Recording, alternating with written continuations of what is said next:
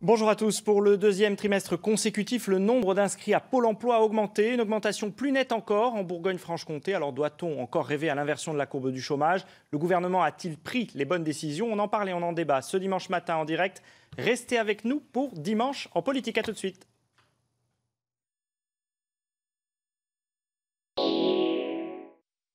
Dégustez votre programme avec les produits bio Bonne Terre. Aujourd'hui, et si on voyageait dans le temps? Au Moyen-Âge, par exemple. L'occasion de rencontrer quelques passionnés qui vous initieront aux us et coutumes d'antan. À Guédelon, vous découvrirez le travail inouï des bâtisseurs, le savoir-faire des artisans, mais si vous préférez faire la fête, eh bien vous pourrez toujours aller danser à Saint-Vérin. Ne bougez pas, le Moyen-Âge, c'est là, aujourd'hui à 12h55, sur France 3 Bourgogne-Franche-Comté.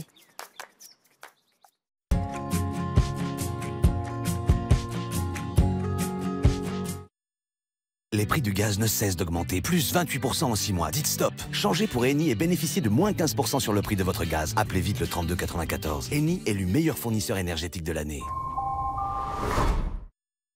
Pour vous, bien manger, c'est essentiel. Alors faites confiance à Bleu Blanc Cœur, qui organise une agriculture dédiée à la santé des animaux, de la terre et des hommes.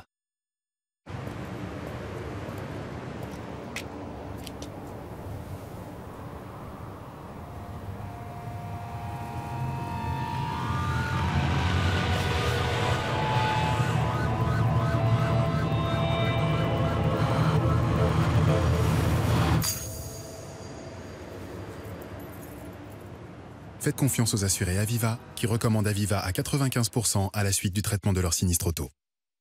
Aviva. Découvrez Matin Léger Café, un vrai café au lait équilibré, riche en goût et facile à digérer. Matin Léger Café, pour retrouver tous les plaisirs du lait.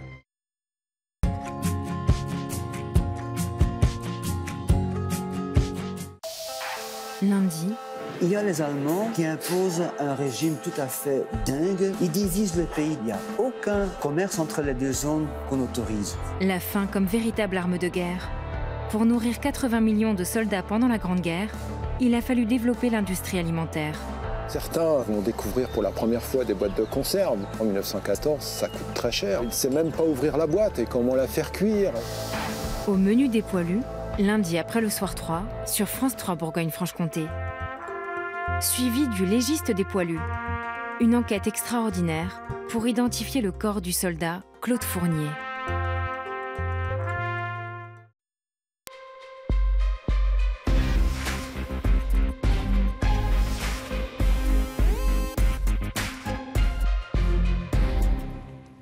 Bonjour à tous, très heureux de vous retrouver pour ce nouveau numéro de Dimanche en politique sur France 3 Bourgogne. Pour le deuxième trimestre consécutif, le nombre d'inscrits à Pôle emploi en France métropolitaine a augmenté au troisième trimestre, plus 0,4%.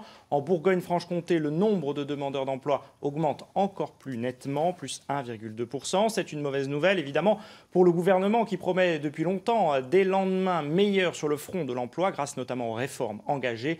Alors pourquoi le chômage ne fléchit-il pas? Les réformes engagées sont-elles réellement efficaces? L'assurance chômage doit-elle être complètement réformée? Ou encore le plein emploi en France est-il une utopie? On en débat ce matin en direct avec nos invités. Fadila Khattabi, bonjour. Bonjour. Vous êtes député La République En Marche de Côte d'Or. Benoît Villot, bonjour. Bonjour. Président de la CPME Bourgogne-Franche-Comté, l'une des principales organisations patronales. Sophie Baudry, bonjour. Bonjour. Vous représentez ici la France Insoumise. Moïse Maillot, bonjour. Bonjour. Vous êtes le directeur régional de l'INSEE. Vous nous éclairez sur la situation concrète, notamment dans notre région.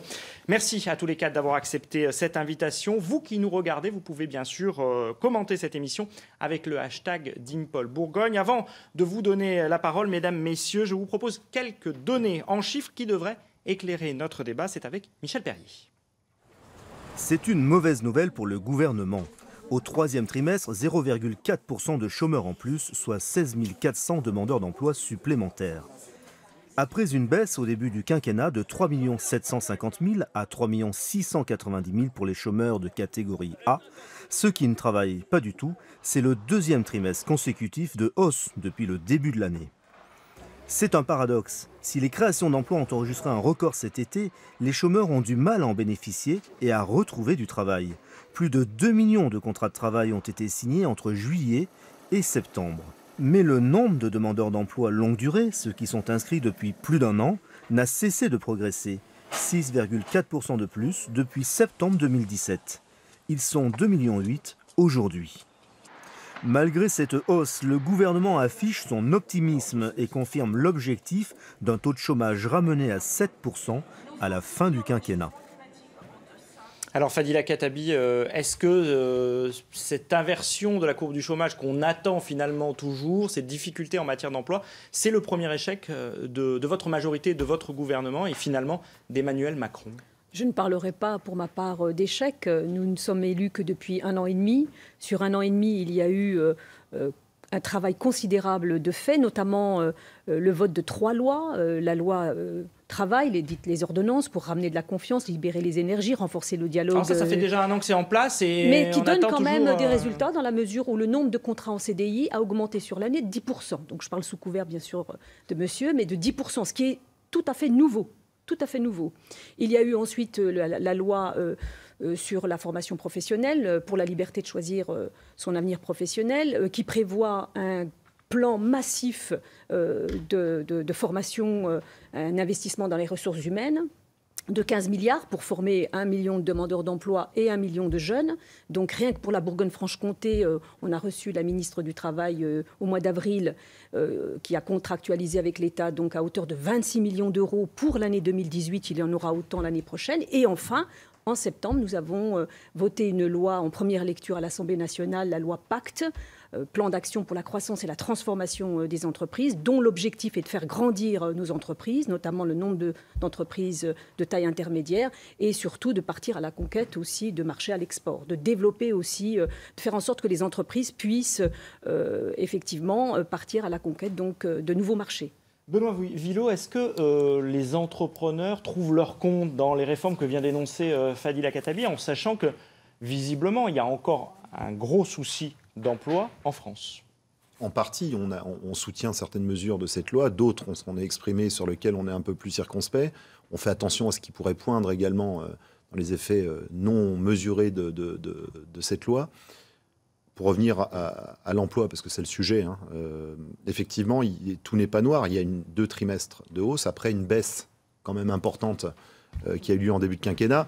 Maintenant, on a du mal à attribuer aux effets des premières réformes d'Emmanuel Macron, mais peut-être plus au CICE de François Hollande, non ? Je fais pas d'analyse. Alors, il y a les deux. Les deux sont liés. Il y a des effets, le CDI, la rassurance dans le CDI, à nouveau contracter un CDI quand tu es entrepreneur, sans avoir de risque potentiel très important, c'était une bonne chose. Le CICE était également une bonne chose. Mais c'est surtout la croissance de nos entreprises qui génère de l'emploi. Et on a l'impression que ça ne suffit pas. On a beau flexibiliser le marché de l'emploi, la loi travail, la précédente loi travail, la fameuse loi El Khomri, et ça ne suffit toujours pas. Est-ce qu'il vous en faut plus ? Et j'ai envie de dire, est-ce qu'il vous en faut toujours plus ? Une croissance pérenne, inscrite dans le temps, qui durerait, naturellement, vous verriez la courbe du chômage qui s'inverse, puisque c'est la croissance qui va générer de l'emploi. C'est le facteur numéro 1. Oui, donc toutes ces réformes ne vous aident pas à générer de la croissance, parce que c'est vous, les entreprises, qui génèrent de la croissance. Générer de la croissance, c'est être aujourd'hui compétitif à l'échelle nationale, internationale, européenne. Et si les lois qui viennent poindre sur nos entreprises demain nous permettent d'être compétitifs, de se développer, d'agrandir la taille de nos entreprises, d'aller chercher des marchés ailleurs, de s'orienter vers des nouveaux métiers, de faire la transformation digitale des TPE, PME indispensable à leur développement demain, et bien là, il y aura de l'emploi. Et tout ça, ce sont des mesures que nous, on porte, sur lesquelles on souhaiterait demain avoir un accélérateur très fort. Pour Quand pouvoir, je vous écoute, je me dis, c'est pas près d'arriver. C'est-à-dire que tout ce que vous énoncez, ça va prendre du temps. Ça prend toujours du temps. Maintenant, la mesure, on aimerait bien, nous, d'un coup de baguette magique, demain, tout ce qu'on demande soit... C'est pas que vous, d'ailleurs. Mais il n'y a pas que nous. Non, on le construit. On le construit de manière acharnée, c'est-à-dire qu'on ne lâche jamais le beefsteak qui nous paraît être la bonne solution. Maintenant, il y a des avancées, des choses qui tardent un peu plus. Et puis vous allez travailler sur la réforme de l'assurance chômage, on y reviendra évidemment, mais c'est les partenaires sociaux qui sont à la manœuvre sur cette question-là, et ça influera ou pas, on verra, sur cette courbe du chômage. Sophie Baudry, vous, ça apporte finalement de l'eau à votre moulin, ce premier échec, ce que j'appelle le premier échec, même si Fadila Khattabi n'est pas d'accord, d'Emmanuel Macron. Finalement, François Hollande était un peu parti pour la même raison. Nous, ce qu'on constate, c'est que le chômage de masse que vivent les Français actuellement, c'est la conséquence effectivement des politiques qui ont été menées sous les mandats de Sarkozy et puis de Hollande. Ce n'est que la continuité, c'est le résultat de la financiarisation de l'économie et des politiques libérales qui, pour nous, sont un véritable échec. Et même, effectivement, les mesurettes proposées actuellement, selon les estimations, ne créera pas plus de 50 000 emplois, et l'investissement qui est prévu dans la formation, ce serait des effets qui se verraient que dans 2 à 3 ans. Donc pour nous, le gouvernement fait évidemment fausse route. Alors vous taxez plus les patrons comme Benoît Villot, et puis vous créez des emplois publics. Qu'est-ce que vous faites si vous arrivez aux responsabilités? Alors qu'est-ce qu'on fait? Déjà, on s'interroge par exemple sur la mise en place du CICE. On a 24 milliards d'euros qui sont dépensés comme ça de façon indistincte, qui retombent sur toutes les entreprises. Il s'avère qu'effectivement, il y a des secteurs qui sont en tension, qui mériteraient une partie de cet argent, mais peut-être pas toutes les sociétés et toutes les entreprises. Les multinationales en profitent beaucoup. Ont-elles véritablement besoin d'avantages fiscaux de ce type-là, à savoir que c'est la première dépense fiscale de l'État? Voilà, c'est des questions qui peuvent se poser. Donc cet énorme argent qui pourrait créer des emplois d'utilité sociale, comme les ASH, les AVS par exemple, tous les emplois autour des secteurs de la petite enfance, des retraites. Ce sont souvent des emplois aidés. Bien sûr, oui. Ou et des emplois publics. Oui, et effectivement, l'État pourrait effectivement jouer un rôle important. J'ai vu Benoît Villot acquiescer quand vous avez dit les grandes sociétés n'en ont pas besoin, parce que les patrons de PME disent ça aussi. Peut-être qu'il aurait fallu flécher ces aides en fonction des besoins des secteurs en crise, en tension, comme disait Sophie Baudry. L'utilisation du CICE n'a pas été... Alors, elle a sauvé les entreprises. Sûrement. Elle a sauvé les entreprises bilanciellement, ça c'est clair. On peut pas dire le contraire dans une période de crise dure. Maintenant, on est capable de faire des différences sur la taxation des entreprises, qu'elles soient multinationales aujourd'hui et qu'elles soient TPE, PME. Pourquoi on ne l'a pas fait pour le CICE? On est capable de faire des différences d'imposition. On est capable de ne pas taxer les géants du net dans le commerce aujourd'hui qui est numérique, et de taxer les petits commerçants avec une TASCOM, des taxes sur les enseignes, des trucs qui augmentent. On marche sur la tête. On fait cette différence. Puis d'un autre côté, on la fait pas. Pour les aides, on ne la fait pas. Donc oui, je suis un peu d'accord avec ce que disait ma voisine sur l'utilisation des fonds du CICE. C'est la première dépense fiscale de l'État, 24 milliards d'euros, c'est énorme. On nous répète tout le temps qu'il n'y a pas d'argent. S'il y a de l'argent, où est-il mis?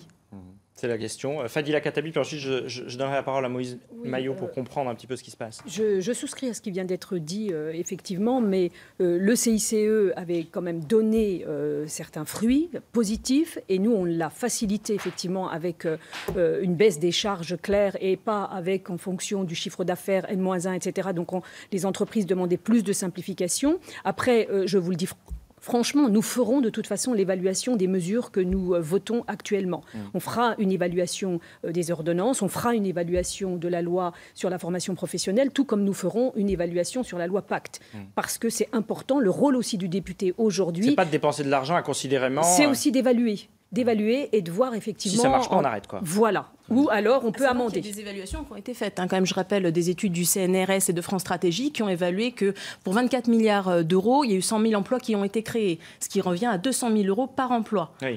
C'est sacrément aidé comme emploi, ça, non? C'est sacrément aidé. Donc nous, effectivement, socialement, on estime que c'est pas très bien investi, clairement.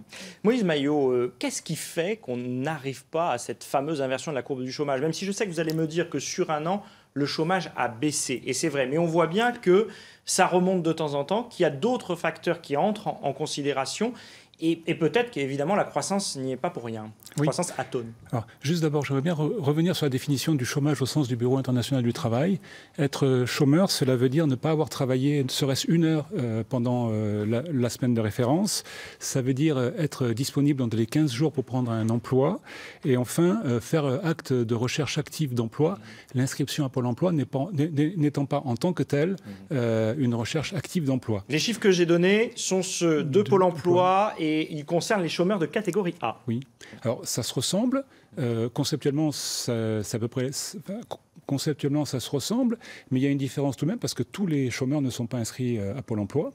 Et il y a beaucoup de personnes qui sont inscrites en Pôle emploi, mais qui ne satisfont pas aux conditions que je viens dénoncer. Alors, qu'est-ce que ça veut dire? Qu'il y aurait plus de chômeurs que ce qu'on veut bien non, croire? Alors, le taux de chômage au sens du Bureau international du travail, lui, s'élève à 8,7% en France et à 7,7% en Bourgogne-Franche-Comté au deuxième trimestre. Et ce qu'on calcule également, c'est ce qu'on appelle le halo du chômage, parce que ce qui est important, c'est de mesurer les frontières grises qui existent entre emploi et chômage, et entre chômage et une activité. Qu'est-ce que vous appelez les frontières grises? Par exemple, pour être chômeur, il faut faire un acte de recherche. Il y a des mères au foyer, alors j'emploie le terme de mères au foyer parce que c'est quand même la majorité des personnes qui restent au foyer aujourd'hui, qui souhaitent travailler, mais qui ne font pas d'acte de recherche. Donc elles ne sont pas comptées dans le taux de chômage, mais elles sont comptées comme inactives. Inactives, oui, bien sûr. D'accord. Donc ce qu'on appelle le halo du chômage, c'est toutes ces frontières un petit peu grises. Les chiffres qu'on a vus tomber la semaine dernière, les chiffres de Pôle emploi qui sont désormais trimestriels, montrent qu'en Bourgogne-Franche-Comté, il y a une plus forte hausse, c'est assez net, plus 1,2% par rapport au niveau national où c'est plus 0,4%. Est-ce que vous l'expliquez, cette différence? Il y a, au niveau de la Bourgogne-Franche-Comté, il y a quelques problèmes auxquels elle doit faire face. Problème entre guillemets. Le premier, c'est que la Bourgogne-Franche-Comté a un poids de l'emploi industriel beaucoup plus élevé, puisque c'est la première région industrielle avec un taux d'emploi, avec un emploi qui représente à peu près 18% de l'emploi dans la région. Alors ça, on le voit très nettement. Ce qui est 6% de plus que le niveau national. Oui, c'est ça. Et comme l'industrie a été la première touchée, tout à fait. A quelques difficultés, on le voit très nettement quand on découpe par département. On voit que, par exemple, c'est la Saône-et-Loire aujourd'hui qui connaît la plus forte hausse. C'est un département fortement industrialisé. Et on voit, par exemple, du côté de la Franche-Comté, le territoire de Belfort ou la Haute-Saône, qui sont aussi très industrialisés, sont aussi en haut du peloton de cette hausse du chômage. Ça peut s'expliquer en partie par le fait que l'emploi qui a été créé en 2017 a été fortement un emploi intérimaire. La progression de l'emploi intérimaire a porté la progression de l'emploi en Bourgogne-Franche-Comté, et cette progression a nettement diminué sur l'année 2018. Alors, ce qui explique en partie cette hausse du chômage. On a vu aussi que le nombre au niveau national, le nombre de chômeurs de longue durée continue à augmenter. Là aussi, comment ça s'explique? En fait, il y a un sondage qui expliquait que pour les employeurs, 9 mois de chômage correspondaient à peu près à 4 ans de perte de vie professionnelle. Il y a en Bourgogne-Franche-Comté environ la moitié des inscrits à Pôle emploi sont des chômeurs de longue durée de plus d'1 an, et ça fait à peu près 100 000 personnes. Et là-dedans, il y en a à peu près 30 000 qui sont au chômage depuis plus de 3 ans. Donc c'est aussi la difficulté de retrouver un travail. On s'éloigne considérablement du marché de l'emploi et c'est de plus en plus difficile. Oui, c'est de plus en plus difficile. Et c'est également lié au fait que la croissance a été moindre que prévu, en particulier au cours du premier semestre, liée à une hausse des prix des matières premières et en particulier du pétrole, le prix du pétrole a rebondi, liée à une baisse du pouvoir d'achat qui a entraîné une baisse de la consommation au premier semestre, qui doit repartir d'après les prévisions que l'INSEE réalise actuellement, et puis par des perturbations internationales sur le commerce et sur le protectionnisme qui font que cette croissance a été moindre que ce qui était prévu l'année dernière. Fadila Khattabi, Emmanuel Macron, quand il a été élu, ça devait être le champion de la croissance et patatras. Bon, écoutez, la croissance, malgré tout, elle n'est pas complètement atone. Je veux dire, elle est là, elle est beaucoup plus faible que ce que vous espériez. Oui, le chiffre, effectivement, est perfectible. Mais je voudrais répondre par rapport au chômage de masse, au chômage de longue durée. Ce qui est aussi important, c'est d'investir massivement dans certaines formations, notamment sur certaines filières, des métiers en tension. Aujourd'hui, ce qu'on constate, c'est qu'on a plutôt négligé la voie professionnelle, on n'a pas suffisamment travaillé sur l'apprentissage, on n'a pas suffisamment non plus anticipé les mutations économiques et technologiques, etc. Donc ce qui est important aussi, c'est de travailler à la fois sur les formations, mais de travailler aussi sur l'orientation et revaloriser certaines filières, notamment par exemple l'industrie qui recherche. Moi j'avais discuté cet automne avec le DRH de Peugeot qui recherchait certaines compétences qu'il ne trouvait pas. Donc là aussi il y a un grand paradoxe, à savoir il y a des offres d'emploi et en même temps il y a des demandeurs d'emploi qui cherchent mais qui ne trouvent pas. Alors, donc il faut réduire cette adéquation. inadéquation. D'abord Sophie Baudry, puis ensuite Benoît Villot sur cette adéquation avec les besoins des entreprises. Moi je me pose la question, comment accompagner les chômeurs quand on a des portefeuilles de plusieurs centaines de personnes quand on est conseiller à Pôle emploi. Il ne peut pas y avoir d'accompagnement individuel. Les moyens ne sont pas mis pour un véritable accompagnement pour le retour à l'emploi. Donc les conseillers ne sont pas forcément ni compétents ni formés et n'ont pas les moyens de travailler de cette façon-là. Ne parlons même pas de ce qui s'est passé au niveau des études universitaires et de la baisse effectivement des moyens de Parcoursup. Enfin bon, clairement pour nous on ne va pas dans le bon sens. Non, mais Madame Baudry, il va y avoir une réponse, vous avez raison. Il faut renforcer ce qu'on appelle le conseil en évolution professionnelle, le généraliser sur l'ensemble du territoire. Il va y avoir un grand marché là-dessus pour pouvoir accompagner les personnes, notamment les personnes les plus vulnérables. Enfin, il y a un problème, vous parliez de formation tout à l'heure. Le dernier gouvernement de François Hollande et même le précédent avait mis le paquet sur la formation. Ça avait fait d'ailleurs machinalement sortir un certain nombre de chômeurs de la catégorie A. Oui, et aujourd'hui, ces formations sont terminées. Ces gens reviennent dans les chiffres du chômage. On investit véritablement sur des formations en fonction effectivement des besoins aussi des entreprises et des besoins des territoires. Mais pour ce faire, il faut accompagner et informer les personnes. Or, aujourd'hui, je suis d'accord avec vous, Pôle emploi n'a pas les capacités d'accompagner, d'informer les demandeurs d'emploi. Alors qu'est-ce qu'on fait? Parce qu'à un moment donné, une des idées des macronistes, c'était la privatisation de Pôle emploi, où on confiait à des sociétés privées. C'est ce que je disais tout à l'heure. Il va y avoir un grand marché et les gens pourront, les structures pourront se positionner effectivement pour faire de l'accompagnement et du conseil. Pas sûr que ça plaise à la France insoumise, mais... Pas trop, non. Bah, il faut bien...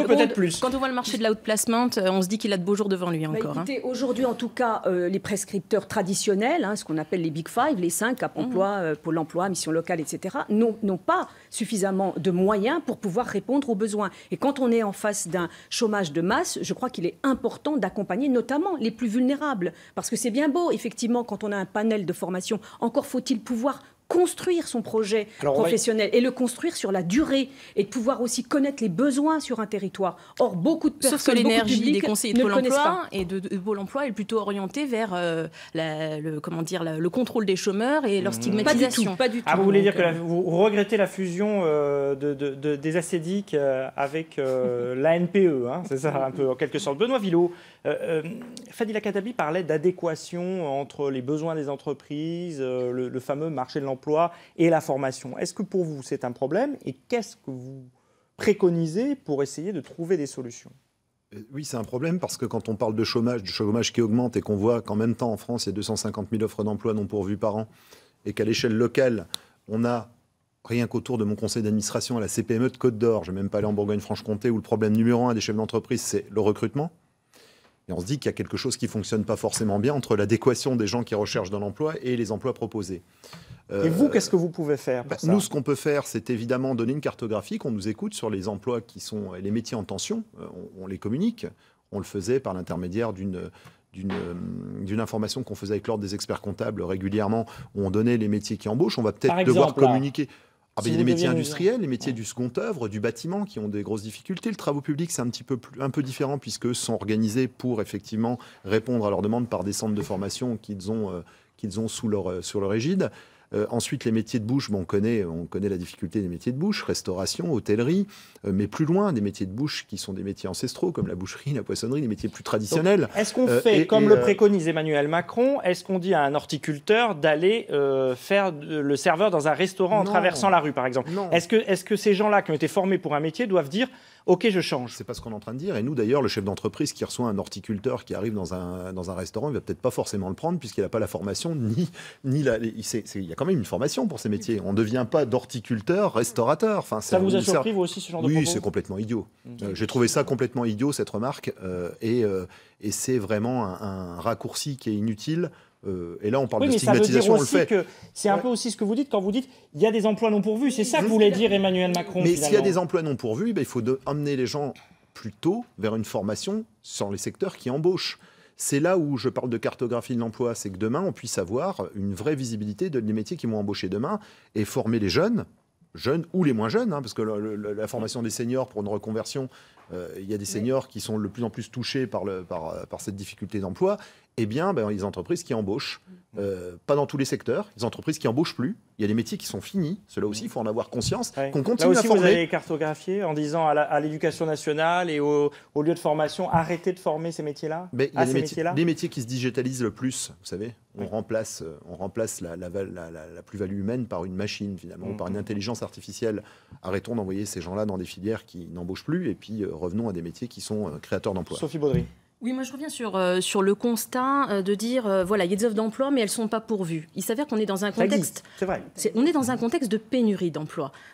En 2017, on a des chiffres, il y a 7,5% des entreprises qui ne parvenaient pas à recruter. Donc la difficulté de recruter, ça reste l'exception. C'est pas la majorité des cas. Donc la problématique se pose autrement. Sur les 300 000 offres d'emploi qui sont non pourvues, il y a des contrats qui sont précaires. Il faut plusieurs offres d'emploi. On a fait effectivement un parallèle. Il y a une offre d'emploi pour 20 personnes, pour 20 chômeurs. Donc clairement, on n'est pas. Pour moi, le diagnostic à la base, il n'est pas bon déjà. On est dans un contexte de pénurie d'emploi. Il faudrait une volonté forte de l'État avec une vision d'avenir sur les secteurs dans lesquels il faudrait investir pour relancer la machine et créer de la croissance. Et ce n'est pas le cas. Mais pour ça, on vous dit il faut de l'argent. Oui, mais nous, on a un plan. On investit 100 milliards d'euros dans l'économie de la mer. Si ça ne représente pas grand-chose, il est quand même dommage de ne pas les pourvoir. Ça ferait diminuer la masse. Et puis peut-être que, je suis d'accord, ça ne représente pas en pourcentage, vous dites 300 000 par rapport au nombre de chômeurs, c'est 1 pour 20. Peut-être, mais si déjà ces 300 000 font baisser la base, ça sera déjà une bonne chose. Ok, peut-être que ce n'est pas suffisant.